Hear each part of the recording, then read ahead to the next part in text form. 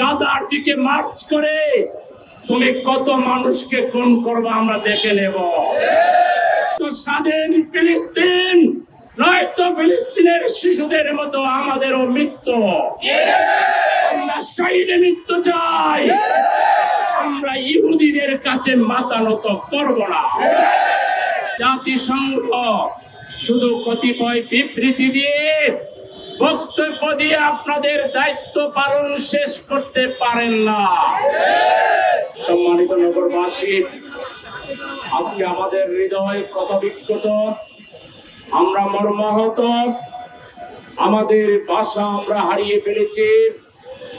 বিশ্বের যুদ্ধের সকল ইতিহাসকে ম্লান করে যুদ্ধেরও একটা আইন আছে, নিয়ম আছে, কানুন আছে।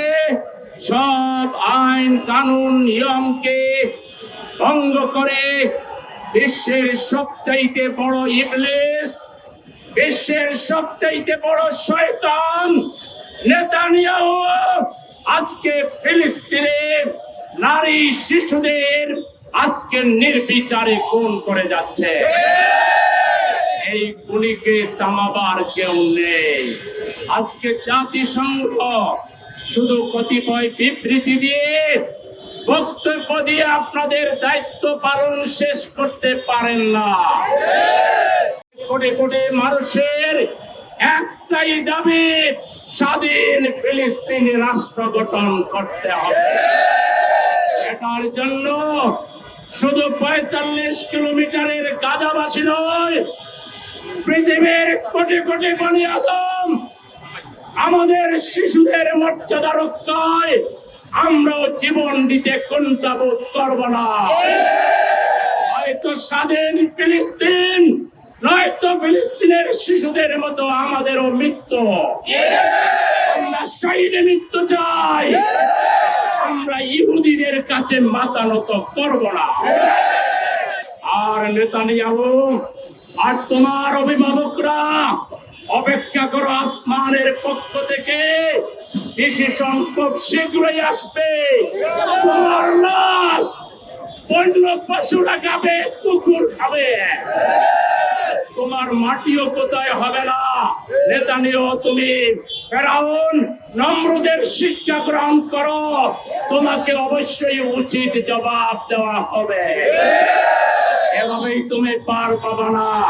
সুতরাং আজকে আমরা এখনো জাতিসংঘকে বলবো, বিশ্বের অধিকাংশ রাষ্ট্র যেখানে স্বাধীন ফিলিস্তিন রাষ্ট্রের পক্ষ নিয়েছে, মত দিয়েছে, অতএব জাতিসংঘের পক্ষ থেকে আপনারা সেটি কার্যকর করার জন্য যে ধরনের ভূমিকা নেওয়া দরকার সেটি নিয়ে গাজা খালি করবেন।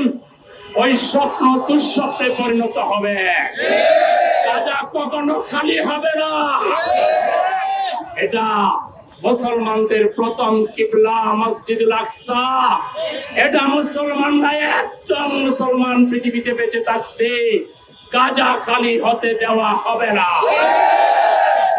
সারা পৃথিবীর মুসলমানরা গাজার দিকে মার্চ করে তুমি কত মানুষকে খুন করবে আমরা দেখে নেব।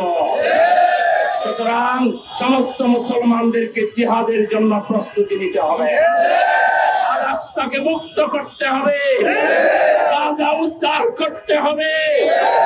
গাজায় নর্তন কীর্তন করবেন না আপনাদের করুণ পরিণতি দৃশ্য দেখবেন, সেটি সময়ের অপেক্ষা মাত্র। আজকের এই ঐতিহাসিক মার্চ ফর গাজা, আজকে সরোয়ার্দী উদ্যানে আমরা যাব। এখানে বিভিন্ন দল মত জাতি ধর্ম নির্বিশেষে সবাই আসবে। আমরা তাদের সাথে উদারতা প্রদর্শন করবো ইনশাআল্লাহ। আমরা শৃঙ্খলার পরিচয় দেব ইনশাআল্লাহ।